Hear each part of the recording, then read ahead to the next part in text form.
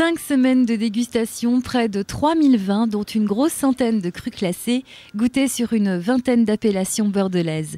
Le travail de Jacques Dupont du Point a été intense sur le 2009. À n'en plus douter, aujourd'hui, le dernier millésime bordelais est une grande année pour les rouges, même s'il faut apporter des nuances dans ce jugement.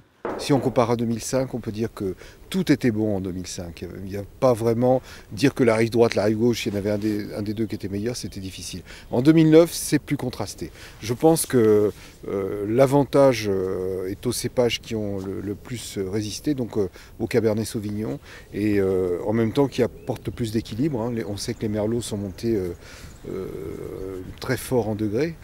Comme il y avait un décalage entre la maturité des sucres et la maturité des tanins, il a fallu attendre pas mal pour que les tanins soient mûrs.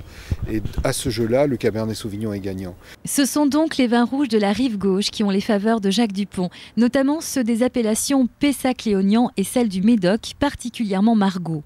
Pour les blancs, le constat est plus mitigé. Les liquoreux, dont les sauternes sont magnifiques. En revanche, les blancs secs passent à côté de ce millésime. Aromatiquement intéressants, leur finale en bouche est très courte et décevante. Voilà pour la qualité, mais les primeurs, c'est aussi une campagne de vente des vins. Et pour Jacques Dupont, l'écart entre les vins de grande notoriété et les autres, la majorité du vignoble girondin, s'accentue encore cette année.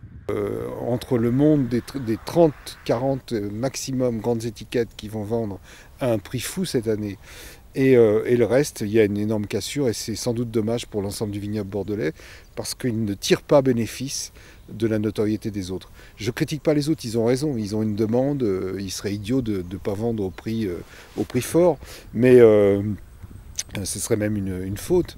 Mais en même temps, cette notoriété des très grands ne bénéficie plus à l'ensemble de Bordeaux. Si les crus classés risquent, comme en 2005, de se vendre à des prix prohibitifs, en revanche, pour Jacques Dupont, des affaires intéressantes sont à faire avec des vins de moins grande notoriété, mais particulièrement réussis.